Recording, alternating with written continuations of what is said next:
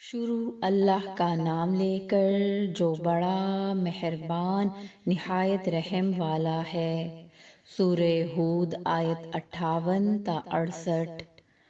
اور جب ہمارا حکم عذاب آ پہنچا تو ہم نے ہود کو اور جو لوگ ان کے ساتھ ایمان لائے تھے ان کو اپنی مہربانی سے بچا لیا اور انہیں عذاب شدید سے نجات دی۔ یہ وہی قوم عاد ہے جس نے اللہ کی نشانیوں سے انکار کیا اور اس کے پیغمبروں کی نافرمانی کی اور ہر سرکش و متکبر کا کہا مانا، اور اس دنیا میں بھی لعنت ان کے پیچھے لگی رہی اور قیامت کے دن بھی لگی رہے گی۔ دیکھو قوم عاد نے اپنے پروردگار سے کفر کیا، اور سن رکھو قوم عاد پر پھٹکار ہے جو ہود کی قوم تھی۔ اور قوم سمود کی طرف ان کے بھائی صالح کو بھیجا تو انہوں نے کہا، اے قوم، اللہ ہی کی عبادت کرو، اس کے سوا تمہارا کوئی معبود نہیں۔ اسی نے تم کو زمین سے پیدا کیا اور اس میں آباد کیا، تو اس سے مغفرت مانگو اور اس کے آگے توبہ کرو۔ بے شک میرا پروردگار نزدیک بھی ہے اور دعا کا قبول کرنے والا بھی ہے۔ انہوں نے کہا کہ صالح، اس سے پہلے ہم تم سے کئی طرح کی امیدیں رکھتے تھے، اب وہ منقطع ہو گئیں۔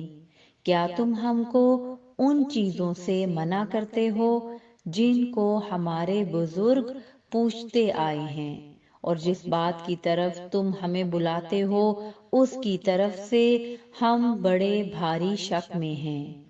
صالح نے کہا، اے میری قوم، بھلا دیکھو تو اگر میں اپنے پروردگار کی طرف سے کھلی دلیل پر ہوں اور اس نے مجھے اپنے ہاتھ سے نبوت کی نعمت بخشی ہو، تو اگر میں اللہ کی نافرمانی کروں تو اس کے سامنے میری کون مدد کرے گا؟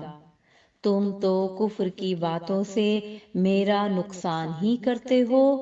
اور یہ بھی کہا کہ اے قوم، یہ اللہ کی اونٹنی تمہارے لیے ایک نشانی یعنی معجزہ ہے، تو اس کو چھوڑ دو کہ اللہ کی زمین میں جہاں چاہے چرتی پھرے، اور اس کو کسی طرح کی تکلیف نہ دینا، ورنہ تمہیں جلد عذاب آ پکڑے گا۔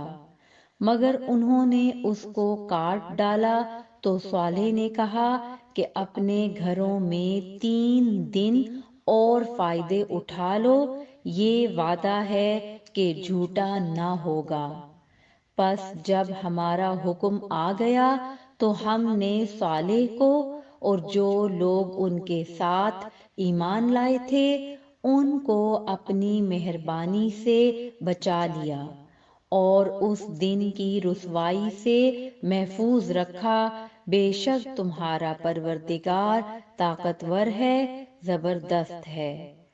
اور جن لوگوں نے ظلم کیا تھا ان کو چنگھاڑ کی صورت میں عذاب نے آ پکڑا تو وہ اپنے گھروں میں اوندھے پڑے رہ گئے، گویا کبھی ان میں بسے ہی نہ تھے۔